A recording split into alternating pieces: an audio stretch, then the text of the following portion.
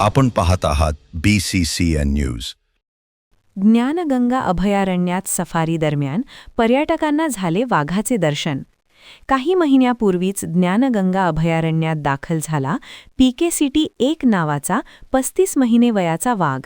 बुलढाणा शहराजवळ असलेल्या ज्ञानगंगा अभयारण्यात अन्नसाखळीप्रमाणे प्राण्यांसाठी पोषक वातावरण असल्याने अनेक हिंस्त्र प्राणी या अभयारण्यात वास्तव्यास आहेत, ज्यामध्ये अस्वल, बिबट्या यांसह इतर प्राण्यांचा समावेश आहे। तर गेल्या काही दिवसापूर्वीच वन्यजीव विभागाने ज्ञानगंगा अभयारण्यात PKCT-1 नावाचा 35 महिने वयाचा वाघ आणला आहे। बुलढाणाकरांनी यांचे नामकरण धुरंधर असे केले आहे। जंगल पर्यटनादरम्यान काही पर्यटकांना आज या धुरंधर वाघाचे दर्शन झाले आहे। यामुळे पर्यटकांमध्ये उत्साहाचे वातावरण असून जंगल पर्यटनामध्ये देखील वाढ झाली आहे।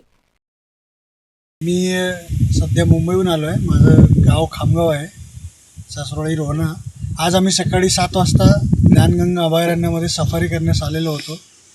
तर आमचा अनुभव अत्यंत सुंदर आहे। आम्ही जसं आतमध्ये गेलो त्या जाताना आम्हाला वाघांची जे पदचिन्ह आहे ते दिसली। जाताना आम्हाला अनेक प्राणी दिसले, जसे हरिण, त्यानंतर स्पॉटेड डिअर, रणगाय। त्यानंतर आम्ही येताना डॅमवर थांबलो। डॅमवर थांबल्यानंतर वापस येताना आम्हाला पुन्हा फ्रेश अशी पदचिन्ह वाघाची दिसली।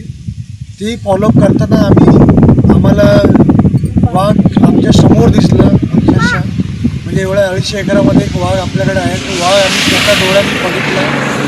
सुंदर असा वाघ,